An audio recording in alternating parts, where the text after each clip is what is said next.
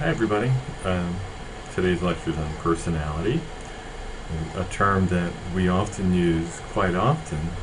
Certainly, we all feel like we have a certain personality, and yet, upon closer scrutiny, I think questions remain. How do we develop this personality, and really, what is a personality? Oftentimes, we use terms like, happy, outgoing, neurotic.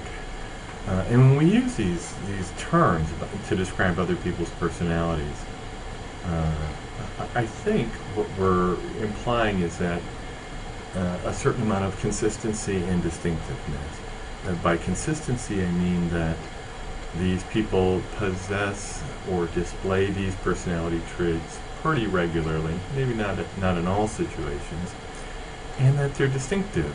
Not everybody has the same traits or this particular trait, so it distinguishes them in some way. And if you look at it as kind of a common definition, it says a set of behavioral, emotional, and cognitive tendencies that people display over time and across situations that distinguishes individuals from each other. And I think that pretty much captures what we think about when we say personality. One of the big proponents of, not proponents, but one of the big theorists in personality and actually the treatment of psychopathology is Sigmund Freud. And he was interesting. He believed that our two major drives in life were sex and aggression. And so, a large part of our personalities were developed, based on these drives. He also had this sort of psychological deterministic approach where he believed that all behavior has an underlying kind of psychological cause that which we may not be aware of, and that's sort of being driven by our unconscious. Freud was, and probably remains one of the biggest names in psychology, although many of his theories, have been criticized widely. His impact on the field of psychology and even beyond has been great.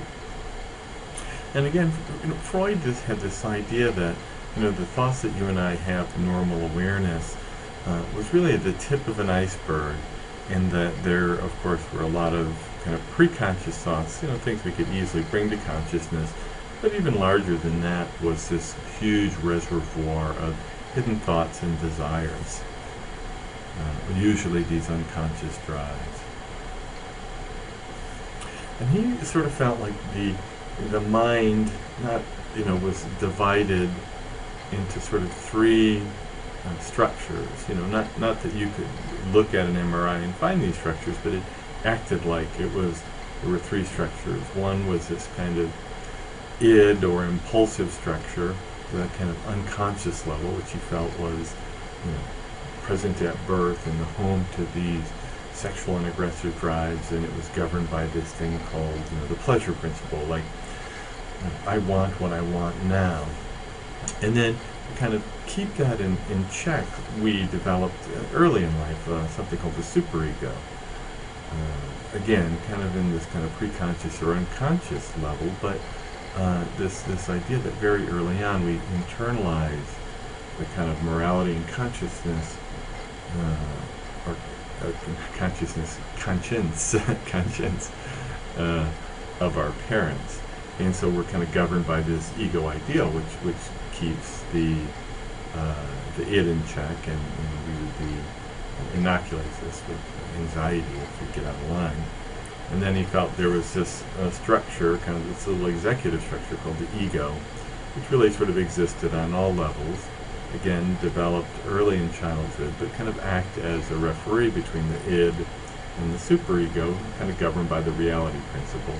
Like, boy, if I do this, I'll get in trouble. Again, what's interesting is, so in Freud's, conceptualization of the mind, you really have, two structures that are at odds with each other, in conflict a great deal of the time. And, I think according to Freud, this conflict, puts limits on human happiness. Its life is sort of a struggle between inhibiting some of these unwanted drives and impulses, and trying to, get them met without being kind of overrun with guilt or anxiety. Freud had a number of other kind of interesting ideas. He believed that people, again, were kind of driven by aggressive and sexual drives, and that we pass through these kind of psychosexual stages of development, each kind of focusing on how we would receive sort of sexual pleasure even at an early age. So he did see children, I think, as sort of sexual beings, and he had this idea that if you had problems passing through these stages, you would lead to these kind of fixations that you'd be stuck there, and then when times were really bad or you were really stressed, you'd sometimes regress back. Again, this was really controversial, but again, he felt like children sort of got this kind of sexual gratification first through orally, through breastfeeding when they were real young, and then anally when going to the bathroom, and then eventually, as they got older, in this kind of phallic stage where they developed, they would have gotten sexual gratification from the genitals, and then they went through a latency period, and then a genital stage, which is sort of puberty on. So again, this idea that maybe kids, that the sexual drive was always always around, even when you're born, very, very controversial, but part of Freud's theory. He also believed that the mind used a number of defense mechanisms to kind of keep these unacceptable impulses and thoughts from reaching our conscious awareness. And I'm not going to go over all of these, but I want you to look at them.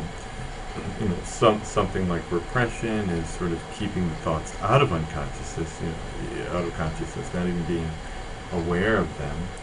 But there are all kinds of others: projection, displacement, reaction formation, regression, rationalization, identification. Look those over and let me know if you have any questions. One of Freud's followers was Alfred Adler. And a little bit different than Freud. He believed that people strove for something called superiority, which was more this kind of perfection or self-actualization. And rather than being at least totally sexual aggressive beings, I believe people possessed kind of this innate social interest where they're cooperative by nature and really wanted to help each other. But by virtue of, I think, being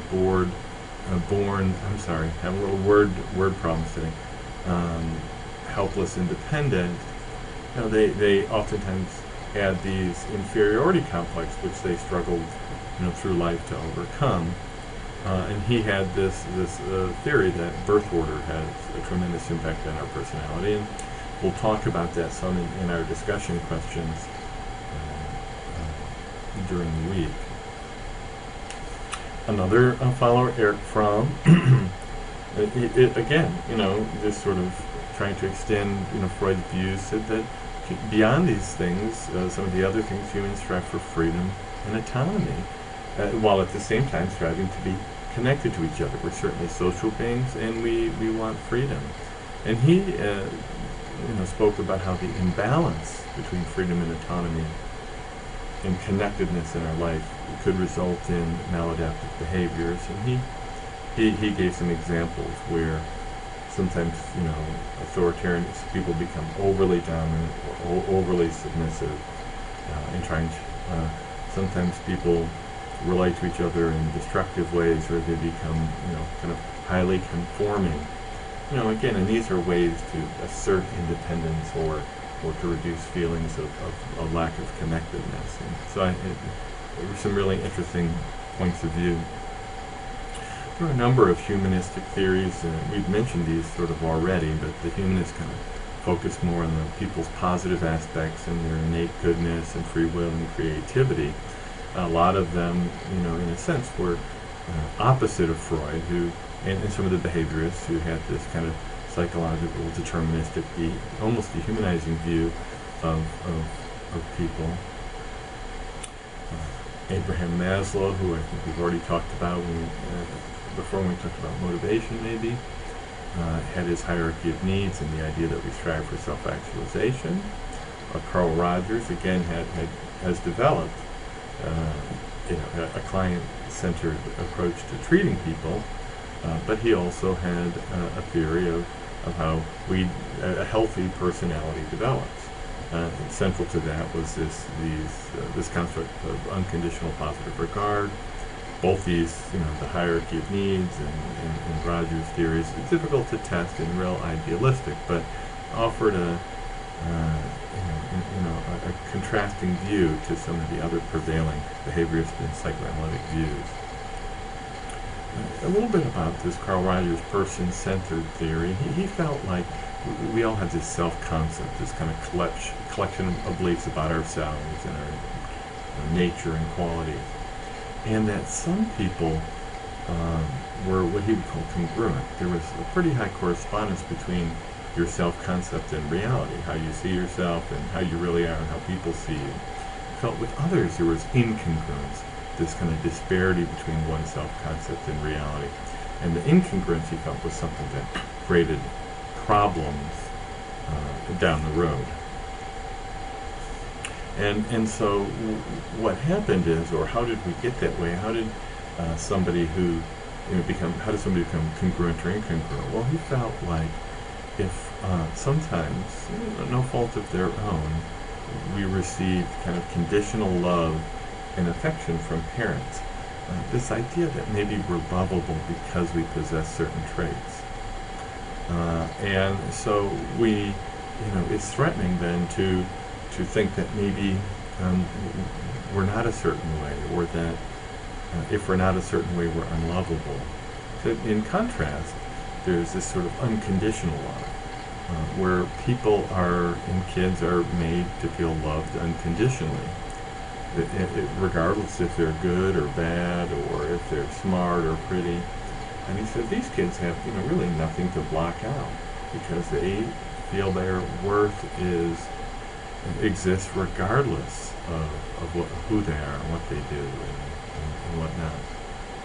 And so he felt that if we had a lot of these conditional love experiences where we were incongruent, if we had experiences that were inconsistent with our self-concept, like somehow our love our worth as a human being was based on our athleticism, and there was evidence that maybe we weren't a good athlete, well, that would create anxiety or denial or distortions in truth, whatever it is, to make us believe that we're still lovable.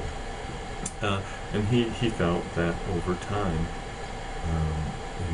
these conditions of worth, he called them, could create a lot of sort of anxiety and psychological problems for folks. I should say too, and we'll talk about this in a minute, or not in a minute, in a few lectures when we talk about treatment, he had a therapy that was designed to help people to become more congruent. For years and years, the trait approach to studying personality was very big. This idea that we think and behave consistently across situations, and thousands of traits were developed. And then came a more sort of situationist view that said, our thoughts and behaviors change with the situation. The environment is so much more important. Now I think there's kind of a compromise interactionist view that says, well, we definitely have some traits, but situations really do also affect thoughts and behaviors. And one of the biggest trait theories is the Big Five, which was sort of created looking at all kinds of other traits and trait measures, and using factor analysis, they realized that there seemed to be 5 superordinate or overarching traits. Openness, being curious, original, open to experience; conscientiousness, kind of dependable and achievement-oriented and organized; extroversion, an extrovert, outgoing, talkable; agreeableness, being kind of trusting and warm and easy to get along with; neuroticism, being anxious and irritable and kind of moody. and they said that if you know these 5 traits, you know a lot about a person, and many of the other traits people have come up with really are subsumed under these. Over the years, scientists have come up with a variety of ways of measuring personality. Mostly, I think, paper or on the computer. That these questionnaires produce a personality profile, and you can score them and compare them, statistically analyze them. But of course, like anything, there's a certain amount of social desirability. You report the way that you'd like to be. There are these sort of projective tests, which aren't used much anymore, but things like the Rorschach, Inkblot, or the thematic apperception test, which had you tell stories. Real concerns about the validity and the reliability of these, but again, there was a time when they used and interpret these quite regularly. I think the question is, are there biological influences on personality? Certainly there are. Do horse breeds have common personality traits? They do. Do dog breeds have common personality traits? They do. And we breed them so that they have these personality traits. Humans are no different. We don't breed them to have personality traits, but they certainly inherit them from their parents, and these traits run in families. These sort of differences, innate differences, are observed very early in time. And in young children, they're often referred to as temperament. And there's a great deal of kind of stability between the temperament you have as a child and even adulthood. A couple examples are shy, or some people are sensation-seeking. But again, we have these temperaments. And there's a fair amount of heritability in this. Again, this kind of genetics. If you look here at the bottom, the big 5, as you can see, the genetic variance is pretty high, above 40% for a lot of these. But there's other research that shows that maybe we even inherit our work and leisure interests, or even how happy we are in life may in large part just be a function of genetics. Learning theories have a lot to say about personality as well. Certainly a lot of our preferences are conditioned, like in a Pavlovian conditioning sort of way. Also, a lot of our behaviors and preferences are learned, sometimes through punishment and reinforcement. And then, of course, a lot of our personalities are developed through social learning, or just observing other people. We learn and become who we are so much by observing people that are older, people that we respect. Again, not to labor this too much, but males and females tend to have some pretty significant differences. Females a bit more empathic, a little more neurotic, more socially connected. Males more individualistic, a little more aggressive and assertive. How they became this way, nature or nurture, probably a combination of both. And then one last thing, cultures seem to have personalities as well. Sorry for that phone, I should have turned that off. It'll stop ringing in a minute. Anyways, so there are collectivistic and individualistic cultures. The collectivistics focus on the needs of the group, and individualistics focus on the needs of the individual. The Asian countries are a little bit more group focused, or the individualistic, the United States. And again, these have a significant impact on our behavior. Sorry about that phone interruption. I don't think I'm going to re-tape over this particular section, so I'll see you later. Bye.